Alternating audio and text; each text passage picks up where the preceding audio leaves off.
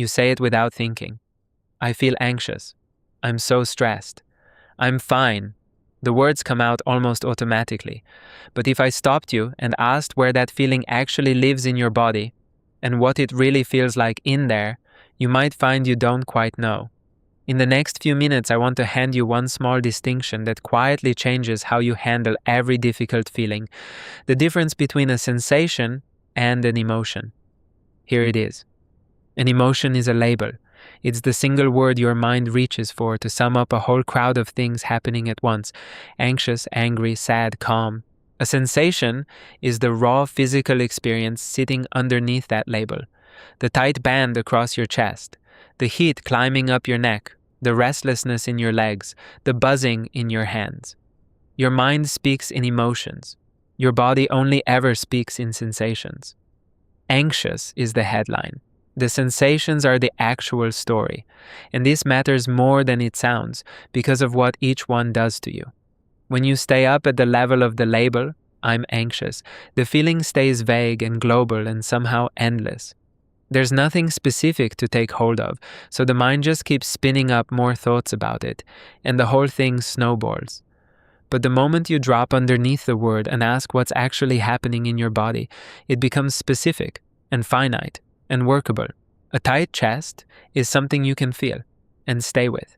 And here's the part most people never notice. Sensations move. They rise, they shift, they ease. A label can loop in your head all day long, but the sensation it's pointing at is always changing, if you'll only turn toward it. If a feeling is very big, you don't have to plunge into all of it at once. There's a gentler way to do that, and we'll get to it.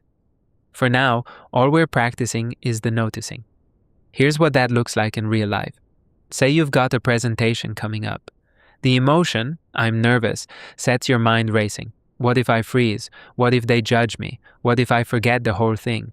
But drop underneath it into the body, and it's actually just this: a flutter high in the chest, a slight buzz in the hands, a stomach that feels a bit hollow. That's the entire physical event. The racing story can run for an hour, but the flutter, once you actually feel it and breathe alongside it, usually begins to settle in under a minute. The story is bottomless. The sensation has edges, or take an email you didn't want. The label arrives. I'm upset. But sit a second and the body tells a more specific truth. A clench in the jaw, a drop in the stomach, a heat that rises then eases. And once you start doing this, you notice how the same label can mean completely different things underneath.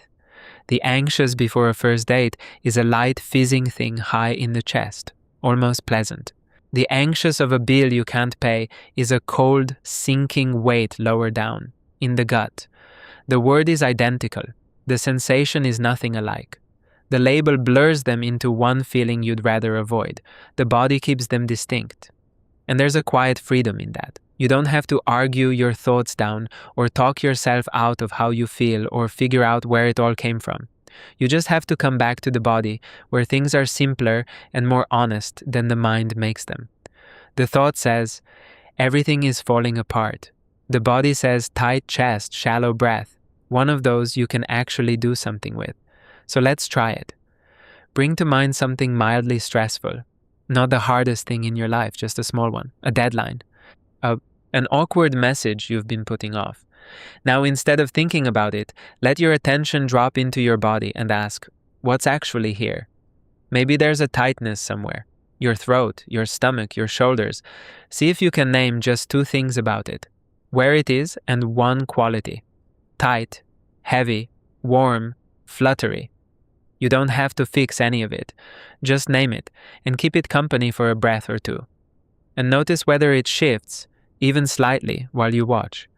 What you just did builds directly on the last video, where we practiced tracking, simply noticing a sensation without trying to change it. This is that same skill turned toward your feelings. So if you haven't seen that one yet, on what tracking actually is, go back and watch it next. It's the foundation this sits on. And if you'd like to keep building these in the order they're meant to be learned, subscribe, and I'll see you in the next one.